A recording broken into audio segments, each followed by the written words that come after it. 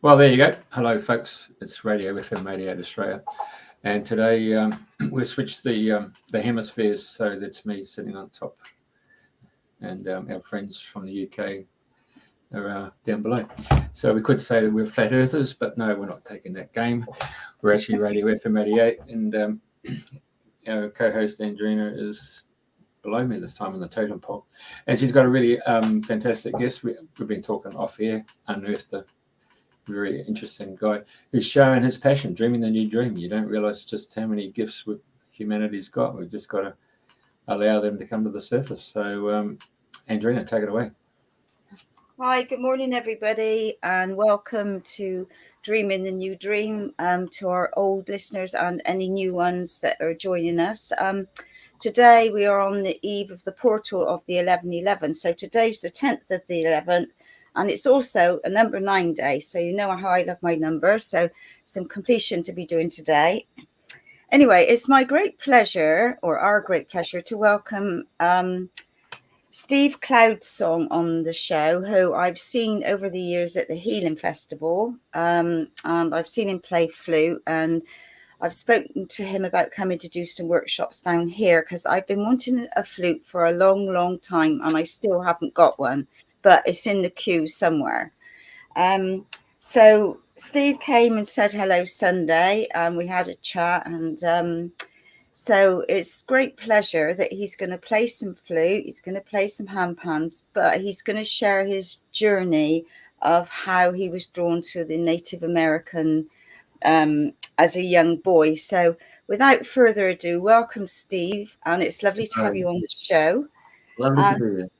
And would you love to share how you started in life and what drew you into the Native American ways? What drew me to Native American ways?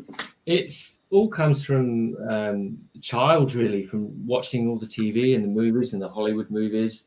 But there was something about it that I liked, and it's all to do with nature-based. They followed the sun, basically, and followed the seasons. Everything they did, there was a reason to it. They just didn't do things willy-nilly. Even their language, I think their language is so passionate when they talk as well. There's not a word wasted.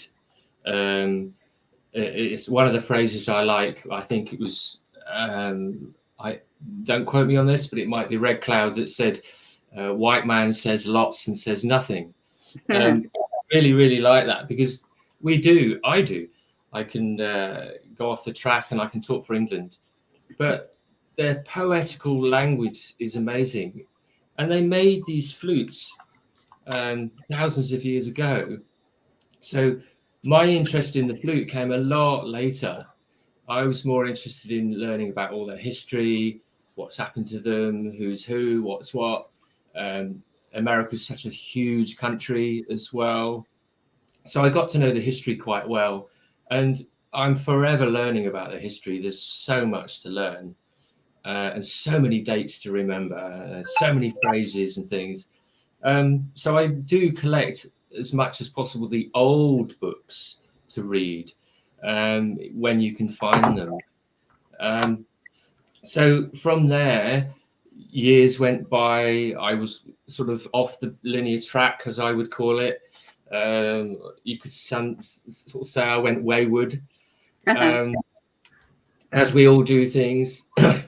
But then a lot later on in my life, I was interested, and I suddenly saw this shop with all this Native American stuff in it. And this is quite a long time ago now, 20 years or so. And it was gorgeous. Their artwork is amazing. Obviously studied it and looked at all the books, their turquoise being the sacred stone and coral and how seed beads came about. And the pony beads and crow beads, funny of which you can't actually buy in a bead shop. You have to particularly order these 3 types. So from there, I saw this craft and I thought I could make this. And somebody was asking me, oh, I really like that, but I can't afford it. And this is how it happened years and years ago. And I just turned around and said, I'll make that for you if you like.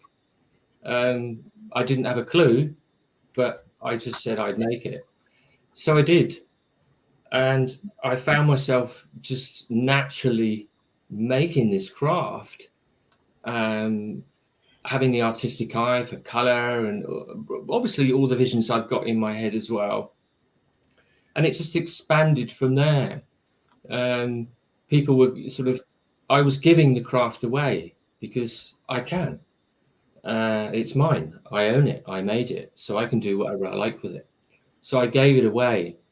And what was happening with people were giving me trade. First of all, it started with the bottles of wine, because I just made a joke and said, oh, just buy me a bottle of wine. That'd be fine. But it accumulated quite a lot years ago, where I had a large double wardrobe in my bedroom, and it started to get too full of wine. There's no way I could drink this wine.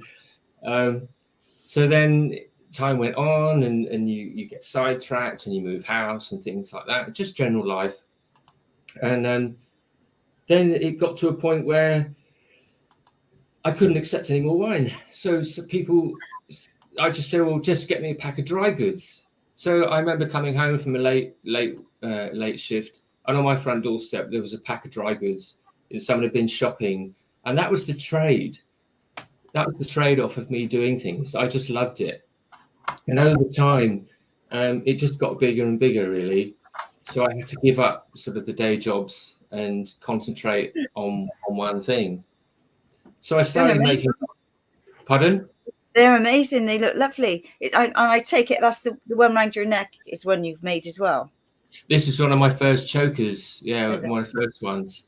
I can't make enough of it, to be honest. There isn't one thing that I've ever duplicated in all the craft I've made. They're all one-offs, and the designs just sort of come naturally with the color. You find out what there is, but I love making the bespoke items, really. That there is real coral. I source it, so I don't buy it new or anything like that, because you're adding to that chain of people getting coral. So it's got to be way before the 1970s, old necklaces and vintage stuff like that, really. It's the same with my furs. I use the real furs, the leather and the deer skin from the States. I use the wolf fur, coyote. And people were giving me coats as trade, 1960s, 50s coats, where I cut them up and actually honor the animal. Instead of it being on someone's back, I'd actually honor the animal or make something from it. That's how that came about, really. So me learning the flute, I walked into a shop in Glastonbury. It's not there now, sadly. And I looked up right in the gods, he had shelving right up high, and there was this tiny little flute. Didn't know I was going to play. I had no intention of playing at all. I'm not a musician. I don't read music. That's the love of these flutes, because they're emotional tools. I'm a very emotional person, as in I can feel so much. And I've had to distinguish between my own emotions and other people's emotions. I've always thought they were mine years and years ago. So you can imagine the turmoil growing up as a small child, teenager, adulthood, feeling emotions that weren't actually yours, but thinking they were. So anyway, I found this little tiny flute. We got it down, and the shopkeeper didn't even know it was there. So straight away, I just blew into it and recognized the sound. Don't ask me how or why. I just recognized the sound as that's what I was looking for. But I wasn't, if you understand that. Yeah. I just knew I had to have it. So we parted with some cash. I came home and I sat on the sofa and I just doodled. I use the word doodling when I teach, not practice, because practice is a negative word. So we doodle with it, because that's what you do with the flute. You doodle, whether you play one note and mess about with the technique, or play the whole flute. So I sat on the sofa for about a week, and just practiced, or sorry, doodle. There we go. Doodled on one note. I thought, well, if I can do all this on one note, what can I do on all five? You should be able to do everything on all five. So I did. So then it was all about this here. This is a percussive instrument. The way I'm talking to you now, my intonation, my voice is going up and down, up and down. My breath work is different. My voice is different as you push the breath out. It's exactly the same with the flute. You have to really imagine, use that imagination of either seeing or with eyes open, looking at something, whether it's a tree, a bush, a bird, a human. It doesn't really matter, but you've really got to feel what you're playing. So what I do is I teach all the techniques that I've learned. And what's really most importantly is the breath work, because without the breath work, I wouldn't be able to even talk to you now. So I was playing in a little stall at a powwow over here in England, and not many people were coming into the stall. So I thought, I'll sit and play my flute. Back then, I'd shut my eyes. It was that thing. If I shut my eyes, no one can see me. So Yeah. I play.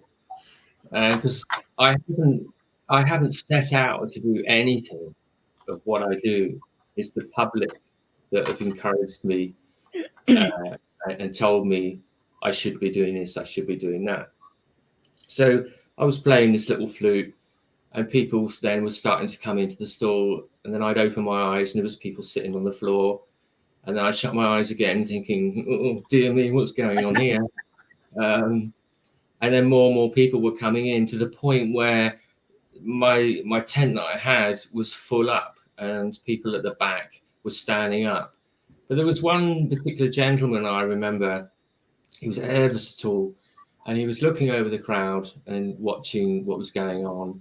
And he was Native American. He was a Lakota. And afterwards, he came up to me and asked me, where did I learn to play? Who taught me? So I told him I did. I sat on the sofa for a week and learned how to play. And he gave me the most amazing compliment. And by this time, my eyes have welled up. I mean, I'm looking up at this gentleman, and he said, I play the flute, and I've been coming to the powwows for about 16 years. And he said, I've never heard anyone play the flute like you. I thought it was a professional person playing. So that was a massive compliment. Absolutely. So he encouraged me. He just sort of said, are you going on the open mic? And of course, I refused. No.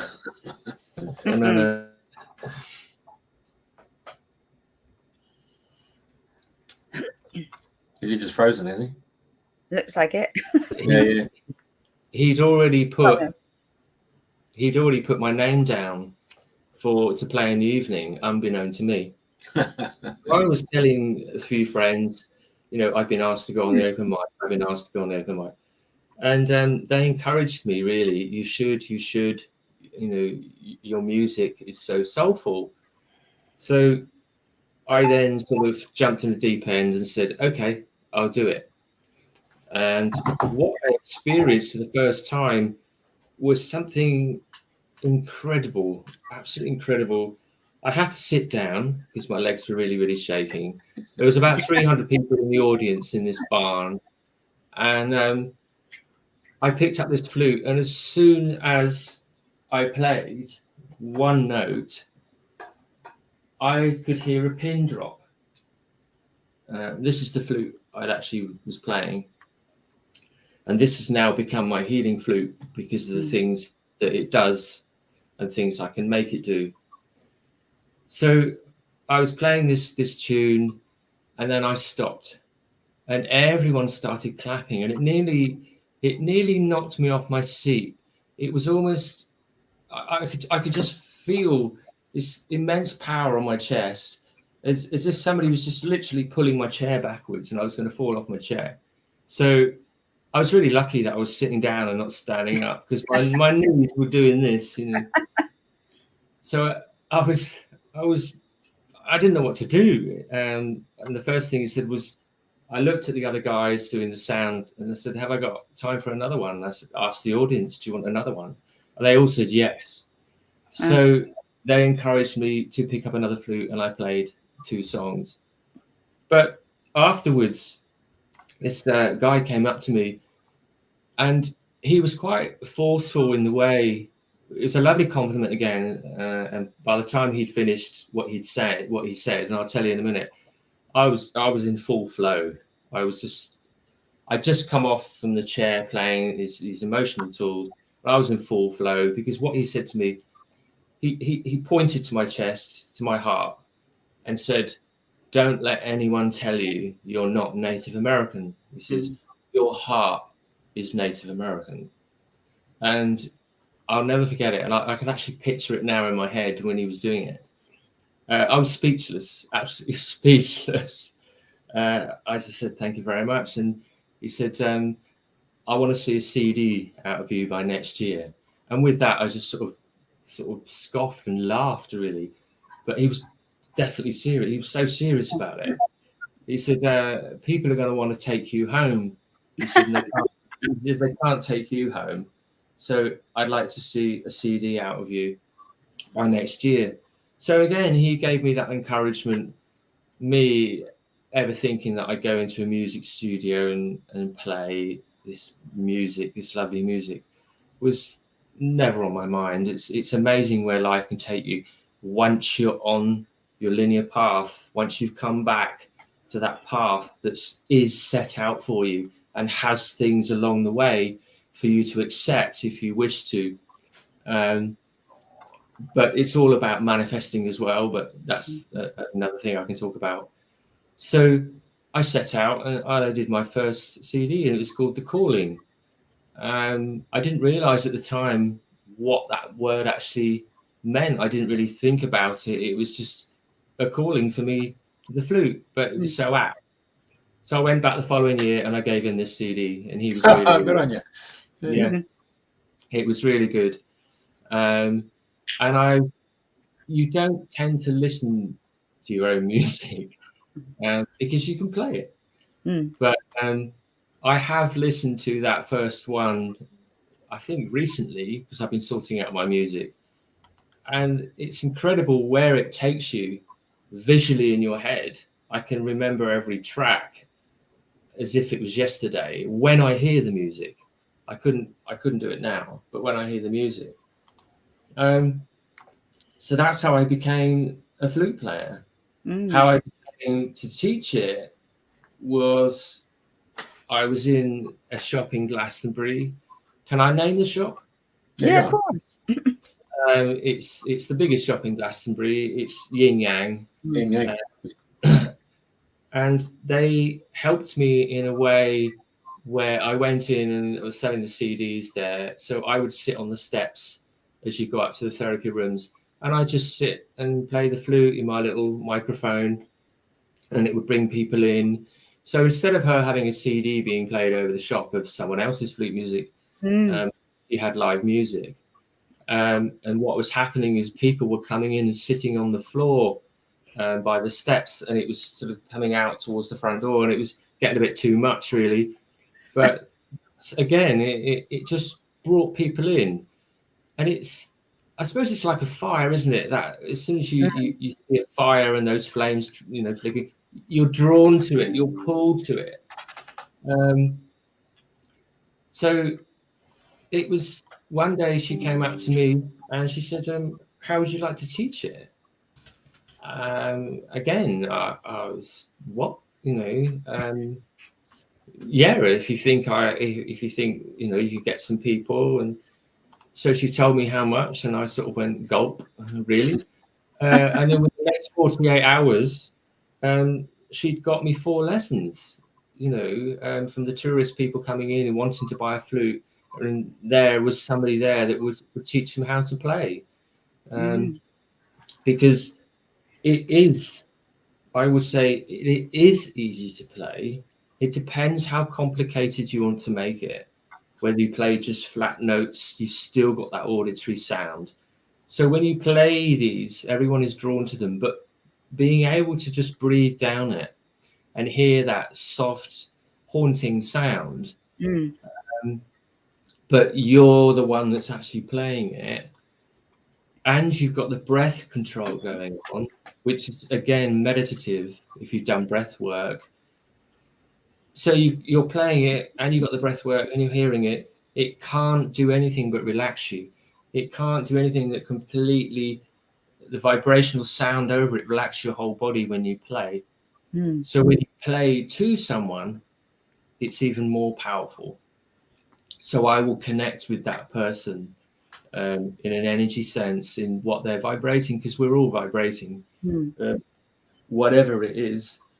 And it's just having that belief now, what I can see, what I can feel is not necessarily mine. And the music then takes over.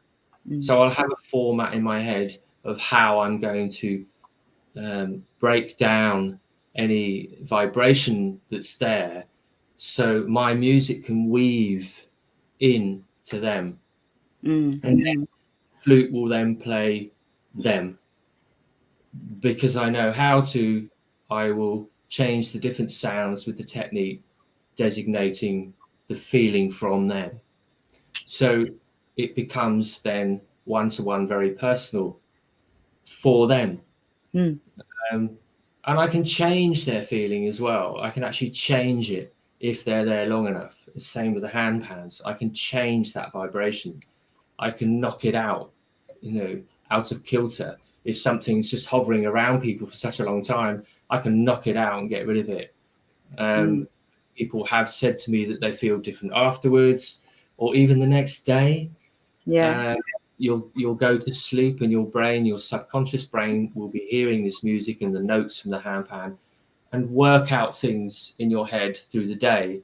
So you could wake up, if you've had quite a 30-minute session on the handpan with me, you could wake up in the morning and feel really, really high and elated. Because you've woken up on a new day. You've woken up with something that's been bashed away with sound. And sound vibrations are very, very strong, extremely strong. But a lot of people still won't accept that or feel it. And I've had people like that as well. And it's a lot harder to get through this brick wall sometimes. Definitely. Can I ask a question? Because I'm drawn to the drone, and I don't know why, but whenever I've gone and had a little what was the word, doodle with a flute, and it's certainly a doodle, I can tell you. I really love to get a drone one at some point. So what is the difference? Why would that be calling me more so than a single flute? I think there you'd have to look back at your history and what your past lives as well, to find out what you're drawn to. It's the same when you're choosing a flute, what sound you're drawn to. Now, it's quite common, F, G's, E's, quite common as in our voices. So over the years of teaching and getting people to buy flutes, it's been like a study of mine. Not that I've written it all down, I just log it in here. I have many, many files and folders in here where we are attracted to our own voice, for instance. So we will go for that flute that we're attracted to, we feel comfortable with, because we're used to hearing our own voices all the time. So when people say, "Oh, you talk a lot, you like the sound of your own voice," maybe I do. But it's relaxing. There's nothing wrong with that. Even in relationships, we can be attracted to that person because the sound of their voice is very similar to ours, and likewise as well. So sound plays a big part in a lot of things, let alone nature. Nature is full of sound. And I can interpret nature through different styles of flutes and techniques. Mm. Yeah, it's amazing. You're talking about the flute, but the didgeridoo and the saxophone and the flute just have such a spell on the human race, don't they? Yeah, they do. I love the sax. I absolutely love the saxophone. Again, you get a good player that can really play that. It's just an emotional tool, and you can tell the difference between somebody playing it really emotional and then just somebody reading music. Yeah. There is a complete difference to it. You have all these crotchets and quavers, and they're all joined together in 3-4 rhythms and beats, but there's nothing written in it saying what type of emotion those crotchets and quavers are. But you have to add that emotion to that sound, whether it's a high pitch, low pitch, middle pitch. It's just coming from here. If you can come from here and not worry about that rhythm or anything like that, anyone can play, and that's the beauty of it. I've taught so many people in quite a few countries, including Australia, and my craft goes to Australia as well, quite a lot, and mainly America. My craft goes to, which is a massive high honor. I've actually had Native Americans buy my craft, and then they tell me what they're going to use it for. One was a sun dance. The beater was going to be used at his first sun dance when he was 18. That's incredible. One was going to use it at the ceremony of Wounded Knee, and they write to me and tell me this. I mean, the honor there of having something that I've made and gone across, and it's going to be put in the hands of a Native American guy that wants to honor that is remarkable. It really is. Really, I still get stunned, blown away by it. I went to a powwow when I was in America about 2011. I went with a friend who's part Cherokee, and it was the most amazing experience. I absolutely loved it. And I know I've got past lives as a Red Indian or Native American Indian, and I know that all that way really speaks to me. So I know somewhere down the track. The correct terminology is, we don't say the RED word. It's First Nation people. First Nation. Right. Okay. Thank you. Hey, brother, what's these I've got put up on the screen for you? It's like them little magnifying glasses, Well, you get bubble. You get some dishwasher liquid in it and make. Oh yeah, blow bubbles. They're Apache hoop beaters. They're small ones, but I came across films and books, and they were playing drums with hoop beaters. Really? I made some many years ago, and they all went on the same day. As soon as they were out there, they all went, because no one had actually seen them. So I had some stuff, and I put together. All my stuff it's the detail. My forte is detail, and they sound amazing on the drum, and they're really, really light. They're not that big. They're weighted at the front with the metal hoop, wrapped in deer skin and elk skin, and then my artwork and the beadwork goes around the edges for the detail. And a lot of people don't know what they are, and they're Apache hoop beaters. Oh, there you go. So anyway, are you going to embrace this with a beautiful Okay, sound? okay, bear with me. So what flute is that? Is that a particular note, that one, or? It's E minor. It's made of cedar. Only my breath goes into the flute, this one. I don't hand it out for people to play and have a go. So my breath is there isn't any other breath. Right. Because it's mine, it's part of me. But I found this guy that makes these flutes. I wanted to go and meet him, but he wouldn't. He said no, he doesn't do people. I can see why. Yeah. But he made this amazing flute. I didn't even hear it. He just sent it to me. He made it for me, and it's so light. I mean, it looks really big, doesn't it? It does. It's incredibly light. It's quite thin, but it's cedar. But it does things that other flutes don't do. Right. Take it away, boy. Oh, here we go.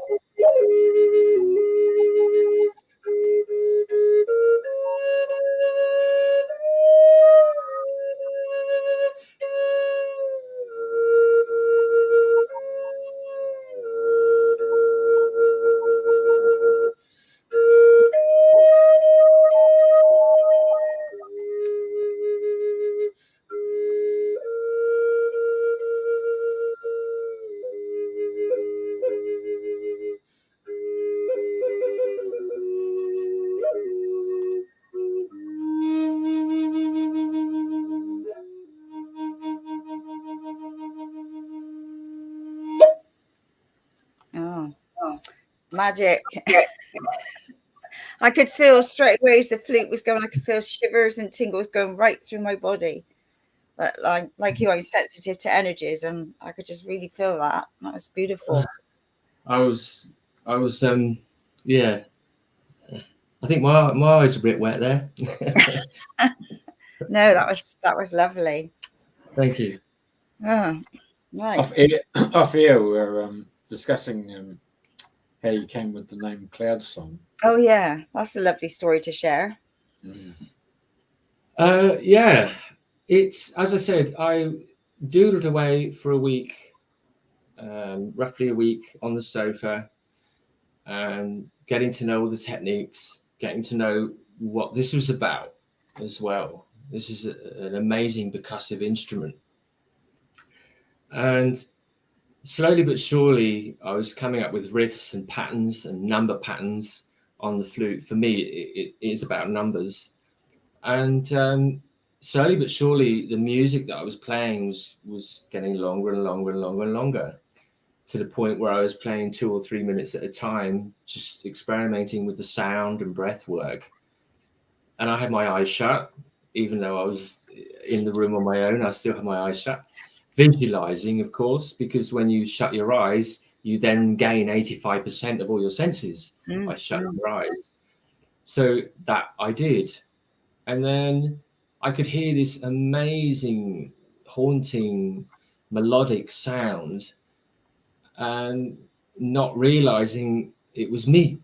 So when that realization happened, when I'm sitting there, I stopped. I suddenly realized this is me, and I stopped.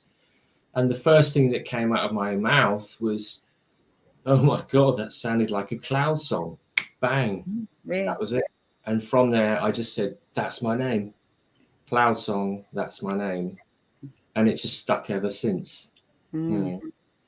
So I am now the Cloudsong, because that to me was what I was playing. I was playing the song of the cloud. Yeah. So can we backtrack? Have you traced your ancestry to see if your lineage goes back to the American civilization? No, I haven't. That's an interesting question. I might write that down actually and find out.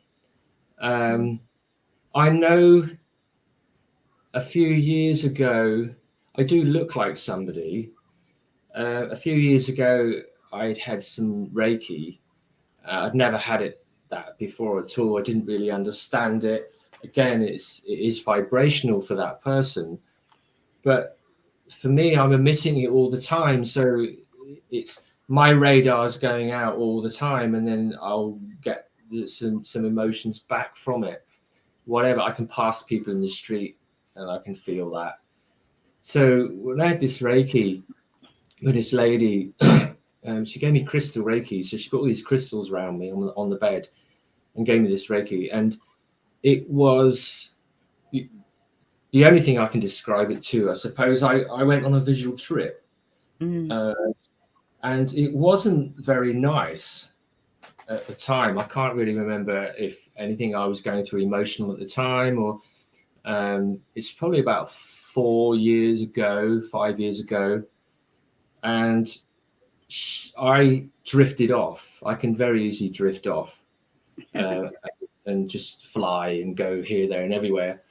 So it was when I woke up from it, she then said to me, you were having convulsions, and she said you were shaking, but I didn't feel any of that at all.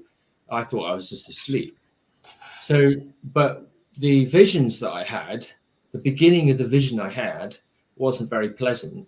So I woke up from it and I just thought, oh, it was a bad dream. It evoked this bad dream. And I told her about it, and she said you were at the beginning of going on some type of journey. So she gave me another 3 sessions after that, and by the end of it, I got the full story, and I got a date, a battle, a person's face, Cheyenne dog soldiers, and that was it. And it was 1864. I think it was 1864. I was a small child, basically. I'd put all these stories together because when I had like the second and third Reiki session, I didn't really want to go back where I was, but I had to. I had to go back there and find out what was going on, because I was really, really intrigued of how this can happen. How can this person giving me this Reiki that I didn't really know much about? I was new to it, even though it had been around for years, and with the crystal energy as well. How I could go into this film really in my head. It wasn't very pleasant. So the story is 1864 Cheyenne dog soldier. That's basically the information I got. So I put in the screen on the laptop and the computer, I put in Cheyenne dog soldier 1864. And what came up was a gentleman called Roman Nose and his wife. And the story, it's only a very short paragraph of his story. I haven't found any books on him at all, but at least he's up there.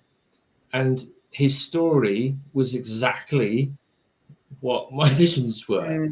And I was a young boy, a young Native American boy, and watching his village get massacred because the rest, they were out hunting. So all the warriors were out hunting, and apparently they'd waited for them to do that so they could go in and massacre the village. I know that sounds really, that's just what I saw.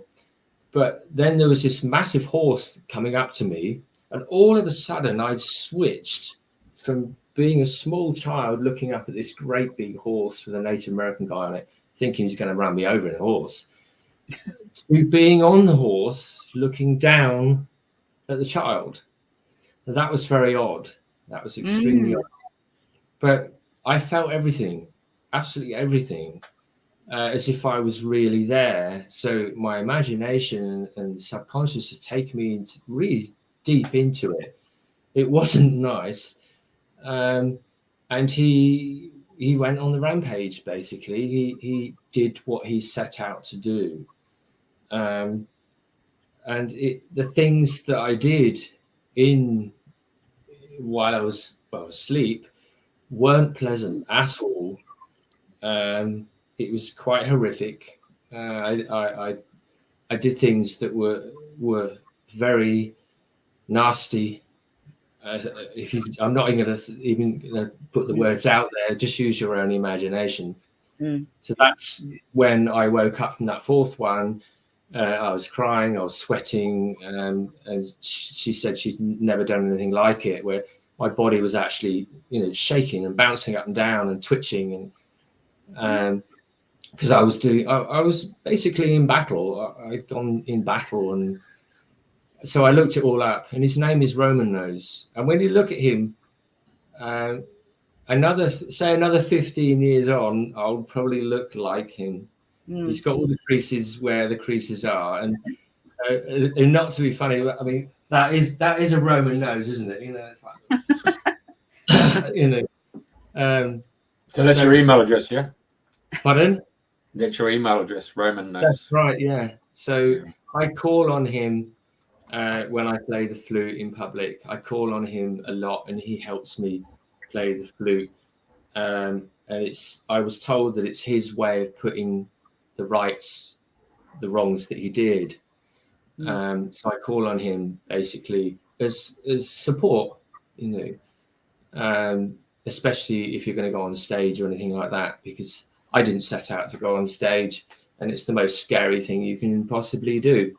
But when you start playing the flute, I'm someone else. I'm completely someone else. Yeah, but you're the flute, aren't you? Yeah, I am the flute. And I'm just a conduit to the emotions that I'm feeling, and I translate them into sound, really. And it brings up different emotions for different, because I saw Andrew put a message up about, was the flute meant to feel sad or something? I'm not quite sure what it said now, but obviously when we were listening to your playing just now, it would have brought up different emotions for different people. Remember, I was just playing off the cuff there, because I don't have anyone here.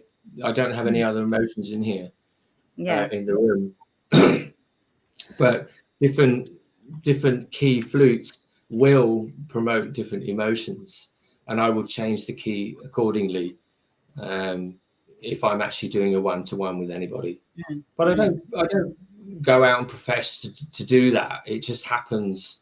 Everything I've done has just happened, and I feel it's right. The people I've met along the way, I met some amazing people along the way. How I've helped, I hope, lots of people in coming out of themselves, giving them confidence, because I was there too. I was in that place of confidence of what's happening in the world and how difficult it is, and for all my life. So I come from a viewpoint of I was there once. I was a beginner too. So I know how to teach and what they're going to feel, the difficulties they might get, whether they're left or right-handed. It is interesting. It really is interesting. But to get someone to play and watch their whole mannerisms and body change when they play. Over the years, I've had people WhatsApp me little messages of them playing, and they've gone on holiday and taken the flute, or they're somewhere where there's good acoustics and they've played, and then they send me a little minute clip of what they're playing. And it's really nice to watch them come out of themselves and learn.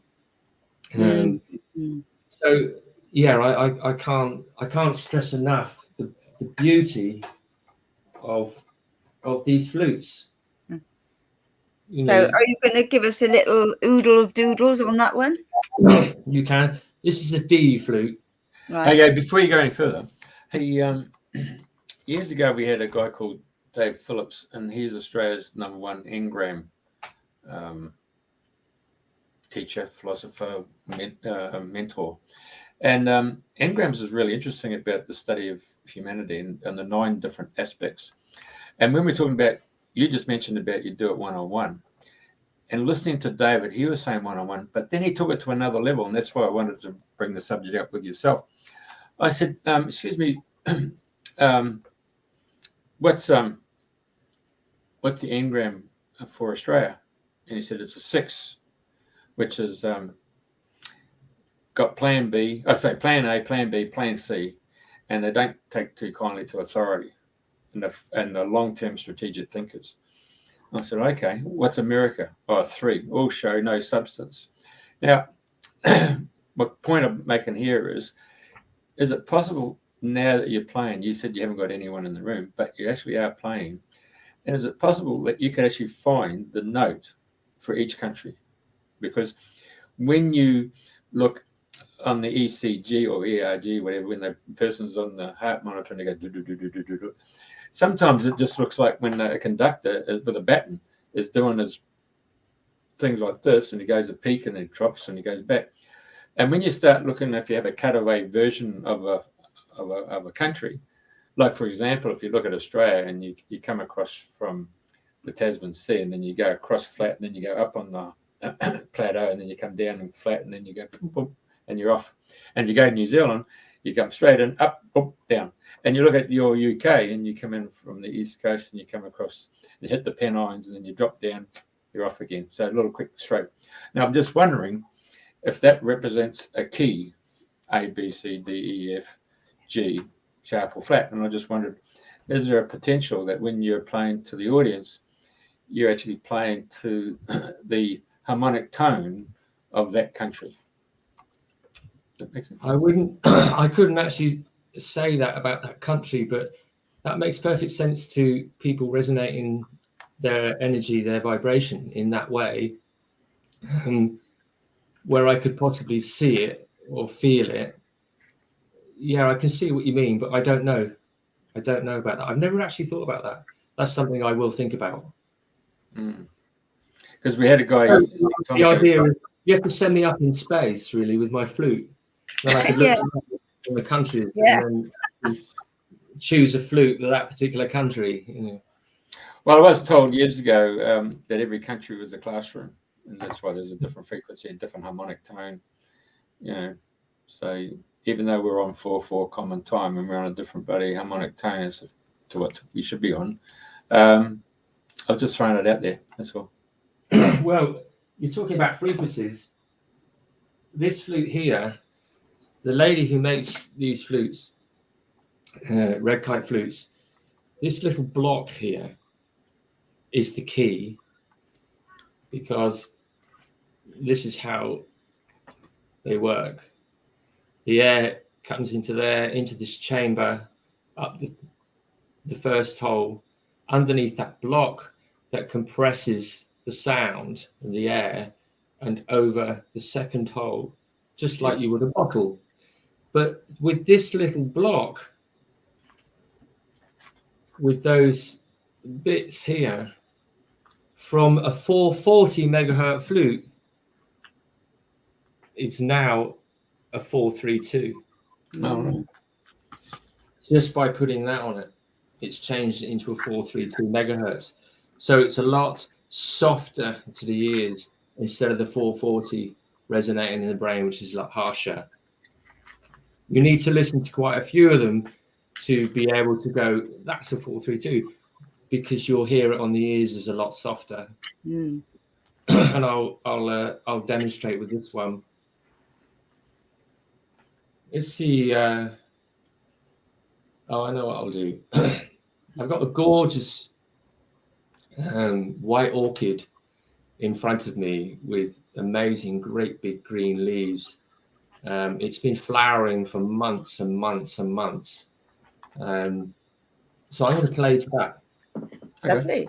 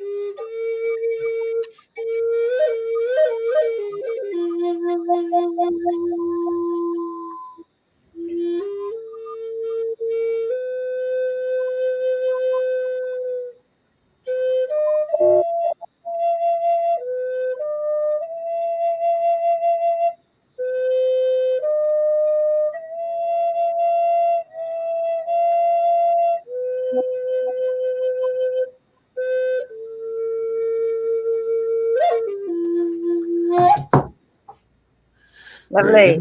Yeah. And that's 4-3-2, yeah? That's a 4-3-2, yeah. Yeah, Just yeah. by doing that block. I tell you what, it's really impressionable on me to listen to you, because we were taken to school and everybody got recorders. Oh, I was going to say that.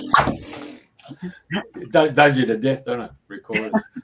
It's a shame they Black weren't sheep, given little bloody- flutes. Yeah. It's about black sheep. It was a blackbird. I can't remember, of course. Frere Jacka, wasn't it? Frere Jacka. Oh, I don't know. God. Yeah. I tell you, I It's really- prefer yeah. out of the two. I love the first one more than the second one. You know, if I was going to ask you to play again, I would pass on the second one, but I would say I'd definitely play the first one again. Mm. So anyway, you've got your handpan there. How did the handpans come into play? The handpan. I went to a festival when I first discovered and found a handpan, a hang. Then it's called a hang, the originals. It was in 2005 at a festival, and there's this guy in the tent playing this amazing melodic instrument. So I asked him, you know, could I have a go? Because then I was African drumming. I was teaching African drumming. So I'm quite quick-fingered. And he said, yeah. So I just sat down, he put it on my lap, and I was all over it like a rash, and all these notes on there. So all the combinations of rhythms and stuff I had in my head, I all of a sudden had 9 notes to play with. So it was fascinating. But how to get the handpan or how to get one of the hangs back then was really, really difficult to get. You had to go to Sweden, you had to camp outside Felix's house, and I couldn't really do that or warrant that really. And plus the fact there were quite a few hundred pounds, I couldn't really warrant all that as well. So, and then time went on, forgot all about it. And while I was African drumming, afterwards, I went down with the guys, you know, to our local, you know, when I used to live in Glastonbury. And there was this couple sitting next to me, and we're chatting away, and they were from Sweden. And I introduced, gave them an introduction and said, well, why didn't you come up to my workshop on the Sunday? I was holding a workshop, a big one. And they said, no, we can't. I said, come up as my guests, you know, have some fun on the drum. And they said, we can't, we've got to go home on the Sunday. I said, oh, that's a shame, you know. And then his wife turned around and said, have you heard of a hang?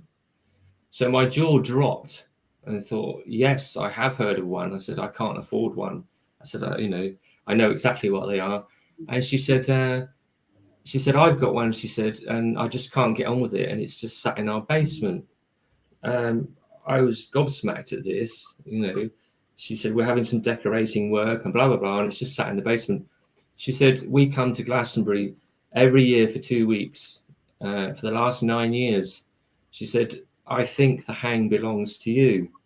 I could not believe my ears. No, I bet. And there was this other guy standing next to them. I didn't know him. And I just looked at him and said, did you hear that? And he said, yes, I did. I went, oh, I'm glad you heard it. I said, he hadn't got a clue what I was talking about or anything. And he said, yes, I did hear that. So I wish I could remember her name. Marianne, her name is. And she said, if you send me your address, she said, when we get home, you email me and I will send it to you through the post. I'm just asking you to pay for the postage. I went, absolutely. So, yeah, I could not believe my luck, you know, and I thought, well, that's probably why I've never won a raffle. They've all accumulated, you know, through my life to get this handpan, this hang. But not only that, when it arrived, and I went and collected it because I just come back from holiday and there was a card on the front doorstep saying, you know, there's a parcel waiting for you at Bristol. So I drove all the way to Bristol. I knew what it was going to be. But remarkably, when I opened it and played it, it was exactly the same key handpan or hang as the one I played in 2005. Wow. It was one of the originals. So with this, I set out to get to know it really, really well. And I started playing with my fingertips here, not the flats of the fingers. I was actually playing with the fingertips. But being an African drummer, I could do that. So there wasn't many people playing with the fingertips because it promotes a softer sound than playing with these tips here. You just hear the hammers of the fingers. So I just started to play, and again, it's taken me to some amazing places, art galleries, book signings. I've sat at the back and played, and it seems to, because it's a metal instrument, it cuts through the air, and you can hear it a long way away because it's a metal instrument. But again, really, really melodic. So I then set about making a CD. I made a CD of it, and what I did was, that's my meditation CD. That took me a long time to put together because it just had to be right. I needed it to be completely different than what's out there. There's the only tech I use, because I don't like to use tech in my music. You come to watch me play live. I play live. Is the C in the background, and that's the Dorset C that I went to record, and that's on the looper in the beginning of that CD. But I play there the 7 chakra sounds of the flute and 3 handpans, and now I've got the 3 handpans. But it's so vibrational for me, I can lose myself. So I'm very aware that I'm on the radio. I'm very aware that I'm going to play it soon, but it draws you in. Because I'm sitting right up against it. I'm getting the full vibration straight into me. So what happened when I was demonstrating the sound at festivals, people were drawn to it, just like the flute. And I thought, this is odd. So I wanted people to try and understand where I'm coming from when I play it and what happens to me when I play it. I completely get drawn in. I forget what's around me. I forget where I am. And then it's like it just plays itself. It just plays itself, just a bit like the flutes.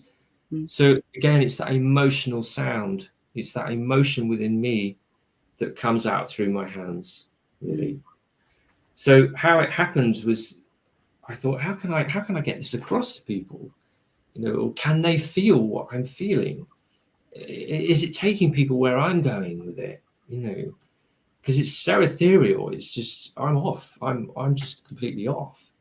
And I can look down at the handpan when I'm in full flow, and my hands are going all around the handpan so quickly, so fast, but it doesn't feel like me. I'm just hearing the sound. So I grabbed this first person that walked past where I was demonstrating it, and it's this young guy, and I just grabbed it. Excuse me, do you mind? And I explained to him what I just explained to you. Just the first person that did this, and he said, "Yeah, I'll sit down." So he got close to the handpan, not touching it, just close to it. He rested, so everything in his body was as relaxed as possible, but he was still over the handpan. And then I started to play. So of course, then what happens, you're in this bubble, really, because the sound is coming up and over the handpan, and both are sitting there either side. So you're in this bubble of energy that's vibrating, both of us. But it was so, I connected so quickly with his energy that I was playing personally music to him. And then I suddenly realized that there's certain riffs and musical number patterns that I did that I hadn't done before, and realized I was actually playing him. Yeah. I was playing to his tune. And then I could feel it. It was really welling up in me, and I could really feel it. And then I looked at him, and he had like tears down his face. So I carried on, dealt with it, and then stopped.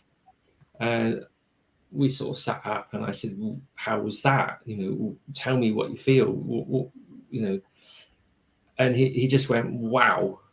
He just said, wow. He just kept saying it, And I said, you have to elaborate on that one. A little bit more, please. So he just said that what an incredible tool. He said, how do you get those sounds? How do you do that? How do you play that? And I said, I'm playing to you. It's you're vibrating, and I suppose I'm playing to the speed of your vibration, to which I can change, whether you're hyper or not, or there's something going on, or there's a conflict in there of yourself, or lots of different things, really. And I just sort of looked at him and said, would you pay for that? And he went, oh, God, yeah. He said, I'd pay for that. He said, that's incredible healing. I said, oh, right. Okay. Thank you very much. He said, that's incredible. And off he went, hopefully somewhat changed. So over the years, something I want to do more of, but I do a lot of things. Yeah. Because it does things. It really does things. In meditations, I've had people lie underneath the handpans. I've made a joke and actually said, if anyone's brave enough to come and lie underneath the handpan first, so their head is underneath the pan, I said, you're more than welcome to. And people do. They come as close as they can from it. The one I can really remember was quite a lot of people in one room. So you can imagine, for me, that's a lot of feelings, a lot of emotions, a lot of color, a lot of everything going around. So it can be difficult for me there. But as soon as I start playing, it all comes into order. Yeah. It's really strange. So I'm pushing out that sound, and I can see it all suddenly coming together. But those 4 people that lie down in front of me, I picked up on every single one. And then I spoke to them afterwards. Yes, that's actually it. That's actually, yeah. So are you going to give us a live demo now? For those that have never experienced or heard the handpans before. Well, because I went to a concert in Dorset, I don't know, a few months ago, where some players were playing. I've forgotten the name of the group now, but it was amazing, really fantastic. That's not Hang Massive. Yeah, that's it. Hang Massive, yeah, they're amazing. They were the first people, I think, that they play with many hangs. Oh God, yeah, it was just, well, I've never, I've played one. I mean, I did a whale trip many years ago now, and with Dr. Didge, and he brought his didgeridoos and he brought his handpans. So we were all playing to the whales, so it was lovely. Right. Well, he's going to move us. Oh, there you go. He's doing. Yeah, I just moved the camera because you don't want to see me. There we go. So the fingertips, these fingertips here.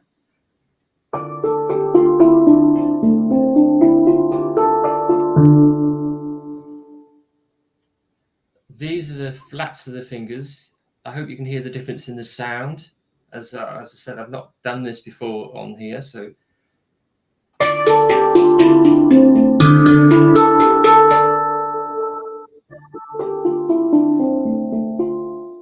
Yep. Yeah, a lot softer.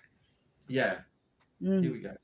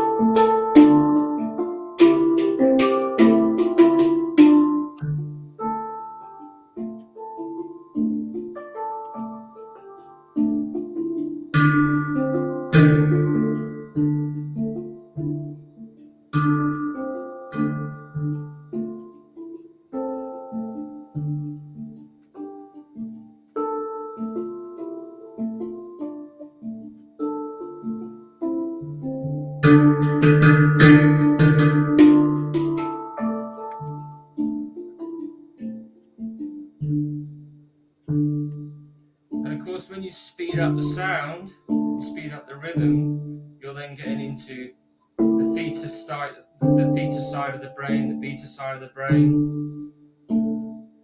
And if I speed it up,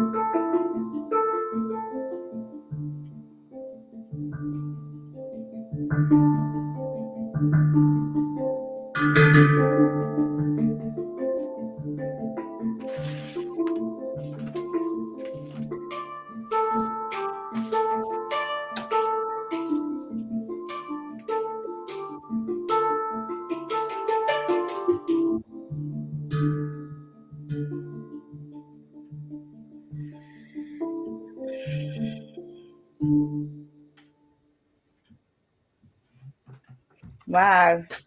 Thank you. Yeah, That very was good. lovely. Lovely.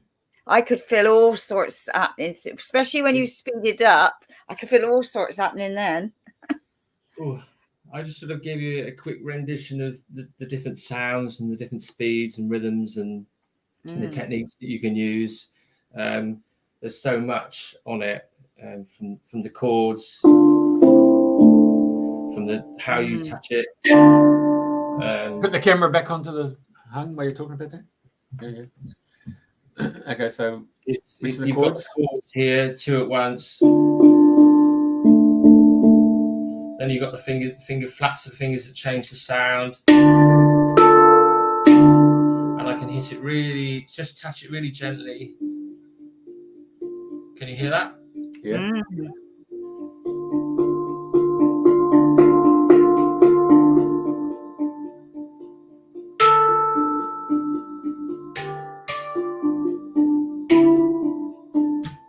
And then this way as well.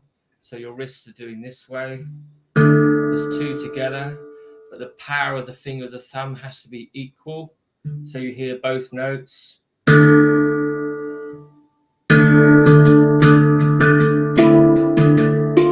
Here, you get chords here. It's the same as doing that, but I'm only using it with one hand, so I can play something else with the other. Sure. Instead So of on doing the top there, that little knob, yeah. that's a lovely bass sound. You've also got the dead sounds as well, which there's no wrong note. And when that's mic'd up, you get the harmonics.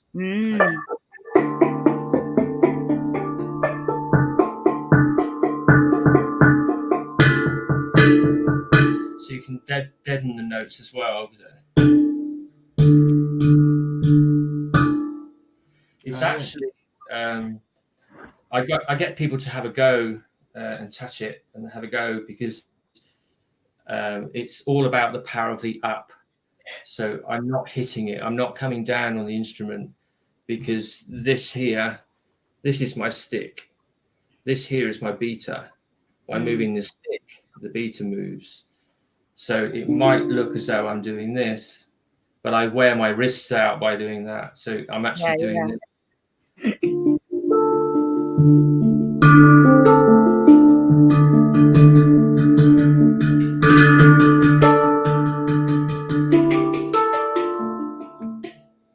But the vibration of it is pretty intense. It's pretty intense.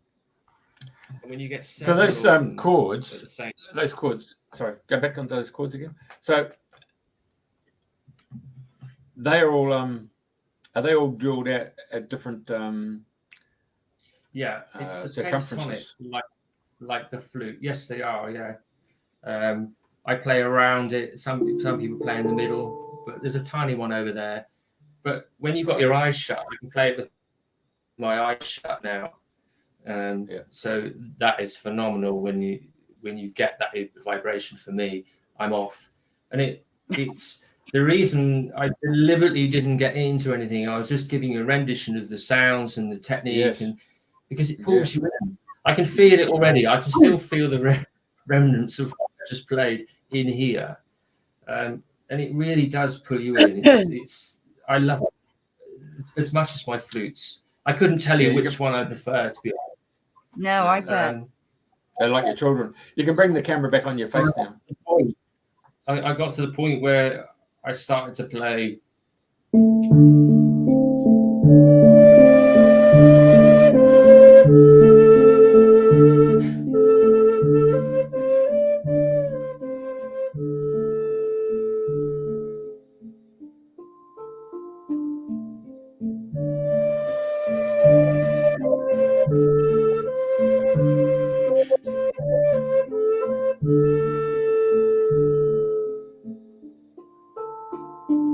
And so on and so on. That was lovely. It's very hypnotic as well, isn't it? The handpans. Very, very hypnotic. Yeah. Yeah. So great for your meditation. So is that on your CD? Yeah. Have you only done one CD at the moment? I've done 5 altogether, but 2 are out of circulation because they're CDs. The world is changing. I've still got CDs, but I will be going over to USB at some point. I'm not one of these people that put it up online. I'm not a really tech person, so I'm quite happy what I do and where I go and where it takes me. It's about getting people to know thyself, really, as I have. Got lost along the way and then came back to it. And I've had a couple of enlightening moments through meditation. I heavily got into meditation years ago, and it is the key to a lot of things. I teach people the 15-second rule of relaxation, and all it takes is 15 seconds. If you can't give yourself 15 seconds, then you seriously need to look in the mirror and see what's going on there. Because if we sat here now for 15 seconds silence, people would say, oh, that's a really awkward silence. Again, white man speaks lots and says nothing because we have to fulfill that silence with words. So the 15-second rule of relaxation is basically whatever you're doing through the day, you can do it as many times as you like. More the better if you can, obviously. But all the chores you see as a chore or a task, because we do live very stressful lives. And for me personally, I can't live like that. It's damaging to me personally, mentally. I can't live like that. So, single mums taking the kids to school, going shopping, doing this, including men really as well. We're supposed to be men. We're supposed to be women. We have all these emotions too. No, we can't give birth, but we have all the emotions. And so getting in touch with them is great, So for instance, you just drop the kids off at school, jump in the car, you've got to go to work, you've got to go through traffic, all the red lights are, they're all red, you're late, and you're rushing. And that stress on your heart and all your organs, it's not just mentally, it's physical too. So all your organs are all being stressed out. They're all trying to work and produce that, adrenaline to keep you going. But if you just stop for 15 seconds before you go shopping, before you got to go into that mad shop of color, and part with lots of money that we all know we're being ripped off, and that's even more difficult these days. Just stop 15 seconds and breathe. Literally 15 seconds. You're closing one door and opening another door. You're going shopping. Go through that shop, do your shopping, come back, sit in the car. You haven't finished because you've got to go home, unload the car, then pack it all away. It just keeps building up. So before you drive home with the shopping, 15-second rule.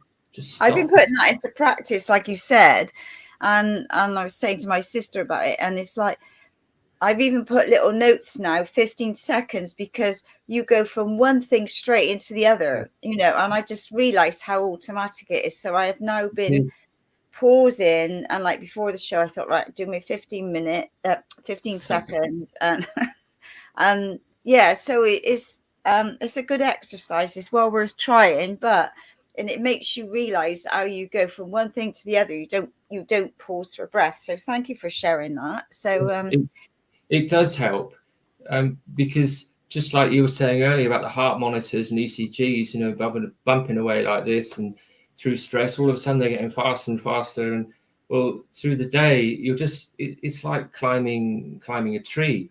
But you're not going to come down. You just keep climbing. So through the day, you've gone up here, and stress is stress and stress. By 9 o'clock in the evening, I've been there myself. So all this stuff is from self-experience. You're up here by the end of the day instead of down here. And then it's bedtime. And sometimes even bedtime can be stressful for somebody because they've got so much to do, but they're tired. They've got to get to sleep. But if you do that 15-second rule through the day, you go up and down, up and down, up and down, up. You're going to stay the same level, hopefully. That's the tip of the day. Yeah. Anyway, Steve, the time is swiftly moving on. So it's been an absolute delight, and hearing you play the instruments is really beautiful. So I can't thank you enough for sharing your skills, and maybe come back later and have do some more sound playing for us. Yeah, it'll be a pleasure. And thank you for having me on. Yes, I can talk for England. I've got a lot to share. Well, can I just say one thing before I go? Of course. We can all be enlightened, okay? It's very easy to be enlightened and to get to that, I've got a eureka, euphoria moment. It's as simple as turning off your TV.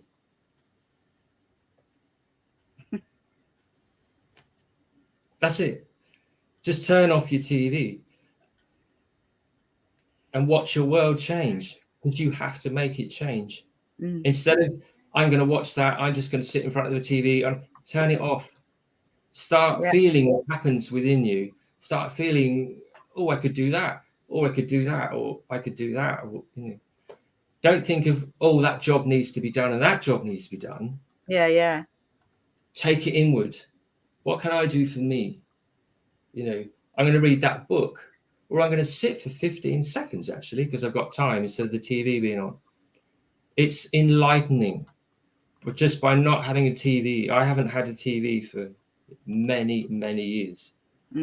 So I'm not programmed as much, because that's what they are. Yeah. Thank you very much. It's been a pleasure. Well, we look forward to you coming down to Dorset to do a flute workshop. So I love you. we're gonna put that out, and we'll organise something. So I may finally get my flute. I do have a drone here. I'll bring the drone for you. All right, brilliant. That'd be brilliant. All right. Well, thank you very much, and thank you for everybody listening. And I hope you enjoyed today's show. I have learnt one thing today. It's called doodling. Yeah. Doodling. No, you've got to do oodles of doodles. Doodles, yeah. It makes a lot of sense. I mean, it's a pair of suggestion. Like if you say to a child, Exactly. "Don't slam the door," I mean, you've just sent them a picture of slamming the door. So your verbal instructions is "Don't slam the door," but the actual picture that you've telegraphically, boom, Wi-Fi to them, they've seen. Yeah, I tell people when I teach to leave the flute on top of the fridge in their kitchen. Kitchens are great acoustics places, and leave the flute on top of the fridge, because what do we do when we turn on the kettle and make a cup of tea? We always find some mundane task to do in the kitchen, because we all know the kettle's only going to take a minute, or a minute and a half. Well, pick up your flute and play those sounds just for a minute. Straight away you're relaxing yourself by breathing and hearing that sound. And hopefully you'll put the kettle on now more and more and more as you're getting more and more doodling with the flute. Yeah, but don't forget there's comfort food in the fridge. It's called chocolate. Oh. Not in my fridge. I've got a little bookkeeper and she raids my pantry and bloody fridge. Anyway, that's good. Okay, stand by. We're just going to end the broadcast. Thank you very much, and it's been a pleasure to come on the wireless. Thank you very much, and anyone who's listening, thank you for listening. Yeah. Bless you.